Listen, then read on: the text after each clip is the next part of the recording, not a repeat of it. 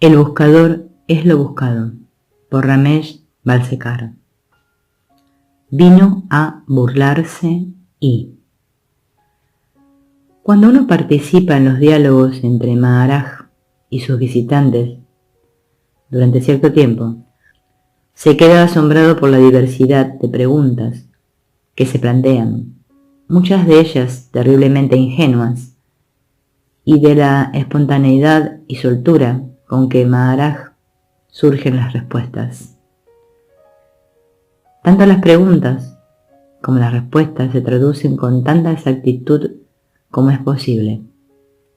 Las respuestas de Maharaj en Marathi, que es la única lengua que él domina, naturalmente se basan en los términos del Marathi que se usan en la traducción de la pregunta.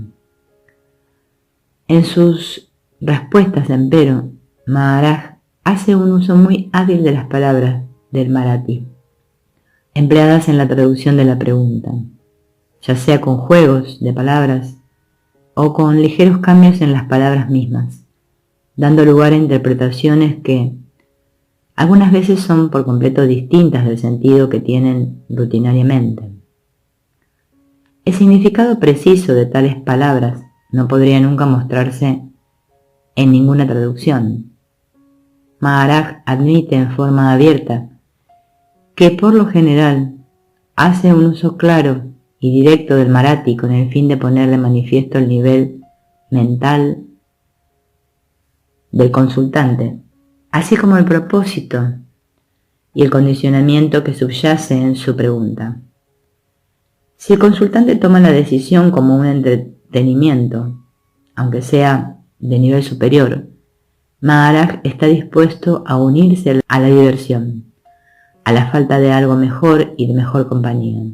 Ocasionalmente entre los visitantes hay un tipo poco habitual de personas que tienen un intelecto muy penetrante, pero con un escepticismo devastador. Presumen de tener una mente abierta y una incisiva curiosidad intelectual. Quieren ser convencidas y no solo engatusadas con las palabras vagas y confusas que a menudo ofrecen en sus discursos los maestros religiosos. Maharaj, desde luego, reconoce al momento a este tipo de personas y la conversación toma enseguida un tono de mordacidad que lo deja a uno pasmado. La percepción intuitiva que hay tras las palabras de Maharaj simplemente suprime las sutilezas metafísicas planteadas por estos intelectuales. Uno se maravilla del hecho que un hombre que ni siquiera ha tenido el beneficio de una educación formal pueda demostrar más talento que una partida de pedantes eruditos y agnósticos, escépticos, que se creen invulnerables. Las palabras de Maharaj son siempre lúcidas y estimulantes. Nunca cita autoridad alguna de los textos sagrados en sánscrito ni de ninguna otra lengua. Si algún visitante cita un verso del Gita, por conocido que éste sea, Maharaj tiene que pedir que se le traduzca al Marathi. Su percepción intuitiva no necesita apoyarse en las palabras de ninguna otra autoridad. Sus propios recursos internos son en verdad ilimitados. Todo lo que digo, afirma Maharaj, se sostiene por sí mismo, no precisa de apoyo alguno. Uno de los asistentes asiduos a las sesiones llevó con él, en una ocasión, a un amigo suyo, al que presentó a Maharaj como un hombre con un intelecto muy agudo, que no daba nada por sentado y que solía cuestionarlo todo antes de aceptarlo. Maharaj dijo que se sentía feliz de que estuviera ahí. El nuevo visitante era profesor de matemáticas. Maharaj sugirió que tal vez sería mejor para ambos tener una conversación sin supuestos de ninguna clase, desde el nivel elemental. ¿Le agradaría que así fuera? Al visitante debe de haberle parecido una agradable sorpresa este ofrecimiento y dijo estar encantado con la sugerencia.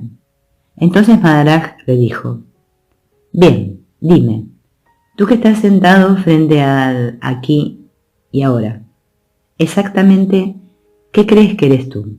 Y el visitante le respondió, soy un ser humano de sexo masculino, 49 años, con determinadas dimensiones físicas y con ciertas esperanzas, aspiraciones. ¿Qué imagen tenías de ti mismo hace 10 años? ¿La misma que ahora tienes? ¿Y cuando tenías 10 años? ¿Y cuando eras un pequeño? ¿Y cuál incluso antes de todo esto? ¿Acaso ha cambiado la imagen que de ti tienes a cada momento? Le preguntó Maharaj. Sí, respondió el visitante. Lo que he considerado como mi identidad ha ido cambiando con el tiempo. Y sin embargo, ¿no hay algo que al pensar en ti mismo, en el fondo, no haya cambiado? Le preguntó Maharaj. Y el visitante le respondió, sí, lo hay, aunque no puedo especificar qué es con precisión. ¿No es acaso el simple sentido de ser, el sentido de existir, de presencia? ¿Existiría para ti tu cuerpo si no fueras consciente? ¿Habría para ti un mundo? ¿Podrías entonces tener alguna duda en cuanto a Dios o el Creador? Le preguntó Maharaj. Y el visitante le respondió, en verdad esto es algo sobre lo que tendría que reflexionar, pero dime por favor, ¿cómo te ves a ti mismo? Y Maharaj le respondió, yo soy yo soy, o si lo prefieres, soy ese yo soy. Lo siento, pero no entiendo. Cuando dices, creo que entiendo, estás en un completo error. Cuando dices, no entiendo, eso es absolutamente cierto, le dijo Maharaj. Te lo explicaré de manera más simple. Yo soy la presencia consciente, no este o aquel individuo, sino la presencia consciente en sí. Otra vez estuve a punto de decir, creo que entiendo, pero tú acabas de decir que es erróneo. ¿No estarás tratando de confundirme deliberadamente?, dijo el visitante. Y Maharaj le respondió, por el contrario, te estoy diciendo cuál es la situación correcta. De modo objetivo, yo soy todo lo que aparece en el espejo de la conciencia. Absolutamente, yo soy eso. Soy la conciencia en la que el mundo aparece. Lo siento, dijo el visitante, no logro ver eso. Todo lo que puedo ver es solo lo que aparece ante mí. ¿Serías capaz de ver lo que aparece ante ti si no fueras consciente?, le preguntó Maharaj. No. No es, por lo tanto, toda existencia puramente objetiva, puesto que tú existes solo en mi conciencia, como yo solo en la tuya. ¿Acaso no es claro que la experiencia que tenemos uno del otro se limita a un acto de cognición de la conciencia? Para decirlo de otro modo, lo que nosotros llamamos nuestra existencia, ¿acaso no es algo más que algo que ocurre en la mente de alguna otra persona y por consiguiente solo conceptual? Reflexiona sobre este punto también. Entonces el visitante le preguntó, ¿estás tratando de decirme que somos simples fenómenos en la conciencia, fantasmas en el mundo? ¿Y qué pasa con el mundo en sí y todos los sucesos que acontecen? Maharaj le respondió, piensa en lo que te he dicho. Puedes encontrar algún error en ello. El cuerpo físico, con el que uno por lo general se identifica, es solo la estructura física para el prana, la fuerza vital y la conciencia. ¿Qué es el cuerpo físico sin el prana y la conciencia? Tan solo un cadáver. El individuo aparece únicamente porque la conciencia se ha identificado de manera errónea con su revestimiento físico, con el aparato psicosomático. Bueno, tú y yo desde luego somos individuos separados, que tienen que vivir y trabajar al igual que otros millones de seres humanos. ¿Cómo me ves tú a mí?, me preguntó el visitante. Te veo en este mundo exactamente como te ves a ti mismo en tus sueños. ¿Te satisface eso? Durante el sueño, mientras tu cuerpo descansa sobre la cama, tú creas todo un mundo paralelo al que llamas real, en el cual hay personas, incluyéndote a ti. ¿Cómo te ves a ti mismo en tus sueños, en el estado de vigilia? Surge el mundo y tú entras en lo que yo llamaría un estado de vigilia soñada. Mientras estás soñando, el mundo que sueñas que te aparece como verdaderamente real o no, ¿cómo sabes que este mundo al que llamas real no es también un sueño? Es un sueño del cual debes despertar mirando lo falso como falso, lo irreal como irreal y lo que es pasajero como tal. Esto solo puede existir en el espacio-tiempo conceptual, de modo que después de este despertar te encontrarás en la realidad. Es entonces cuando ves al mundo viviente como un sueño fenoménico en la periferia de la percepción sensorial y en el espacio-tiempo un aparente libre albedrío. Ahora bien, con respecto a lo que llamas individuo, ¿por qué no examinas este fenómeno de manera analítica, con la mente abierta? Claro está, abandonando todo condicionamiento mental e idea preconcebida que puedas tener. Si lo haces, ¿qué hallarás? Que el cuerpo es simplemente un aparato físico para la fuerza vital, prana, y para la conciencia, el cual constituye una especie de máquina psicosomática, y que este individuo no hace más que responder a estímulos externos y producir interpretaciones e imágenes ilusorias. Y por otro lado, que este ser sensible e individual solo puede existir, entre comillas, como un objeto en la conciencia que lo conoce. Es tan solo una alucinación. ¿Quieres decir realmente que no ves ninguna diferencia entre un sueño soñado por mí y mi existencia en este mundo?, le preguntó el visitante. Has tenido ya bastante con esto para cavilar y meditar al respecto. ¿Estás seguro de que quieres que continúen?, le preguntó Maharaj. Y el visitante respondió: estoy acostumbrado a largas sesiones de estudio y no dudo que tú también. De hecho, sería más gratificante para mí si podemos continuar y llevar esto a su conclusión lógica. Muy bien, le dijo Maharaj. Cuando has estado en sueño profundo, ¿existe para ti el mundo fenoménico?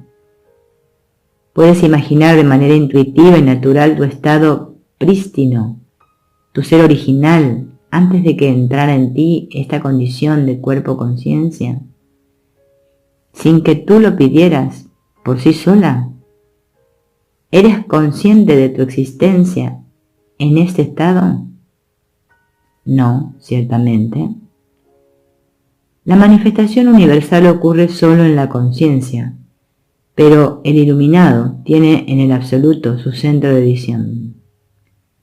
En el estado original de ser puro, no hay conciencia de esta cualidad de ser. La conciencia surge como una onda en el agua y el mundo aparece y desaparece en la conciencia. Las olas se levantan y caen, pero la extensión de agua en la que aparecen permanece. Antes de todo principio, después de todo fin, yo soy. Suceda lo que suceda, yo debo estar ahí para ser testigo de ello. No es que el mundo no exista, entre comillas. Existe de hecho, pero solamente como una apariencia en la conciencia. La totalidad de lo conocido manifestado en la infinitud de lo no conocido, de lo no manifestado.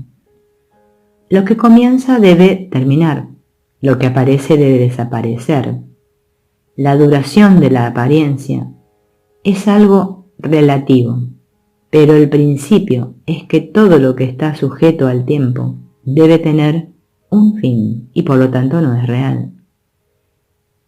Puedes darte cuenta de que en este sueño viviente tú estás aún dormido, que todo lo cognoscible está contenido en esta fantasía que es la vida, y que aquel que al conocer este mundo objetivado se considera una entidad aparte con respecto a la totalidad que conoce, en realidad es parte integral de ese mismo mundo hipotético? Considera también lo siguiente. Parecemos estar convencidos de que vivimos nuestra propia vida de conformidad con nuestros deseos, esperanzas y ambiciones, conforme a nuestro propio plan y designio a través de nuestros esfuerzos individuales. Pero, ¿es en realidad así? ¿O estamos siendo soñados y vivimos sin voluntad, como si solo fuésemos títeres, exactamente como en el sueño de alguien más? Considéralo. No olvides nunca que así como existe el mundo, aunque como una apariencia, las imágenes soñadas de cualquiera de los dos sueños también deben tener cierto contenido. Son el tema del sueño. Esta es la razón por la que digo relativamente, yo no soy, sino que el universo manifestado es lo mismo, es yo mismo. Creo que estoy comenzando a captar la idea general, dijo el visitante. ¿Acaso pensar no es en sí una noción de la mente? El pensamiento está ausente cuando se ven las cosas de manera intuitiva. Cuando piensas que entiendes o crees entender, no es así. No hay pensamiento cuando se percibe en forma directa. Tú sabes que estás vivo. Tú no piensas que estás vivo. Dios mío, esto que expones parece ser una nueva dimensión. Bueno, no sé si es una nueva dimensión, pero lo has expresado bien. De hecho, podría decirse que la dimensión toma una nueva dirección, un nuevo centro de visión, en la medida en que evitando el pensamiento y percibiendo de manera directa las cosas, se evita la conceptualización. En otras palabras, viendo con la mente total de manera intuitiva, desaparece el observador aparente y la visión pasa a ser lo visto. El visitante se puso entonces de pie y presentó sus respetos a Maharaj con mucha mayor devoción y sumisión que la que mostró a su llegada. Buscó los ojos de Maharaj y sonrió. Cuando Maharaj le preguntó por qué sonreía, dijo que había recordado un refrán inglés que dice: vinieron a burlarse y se quedaron a orar.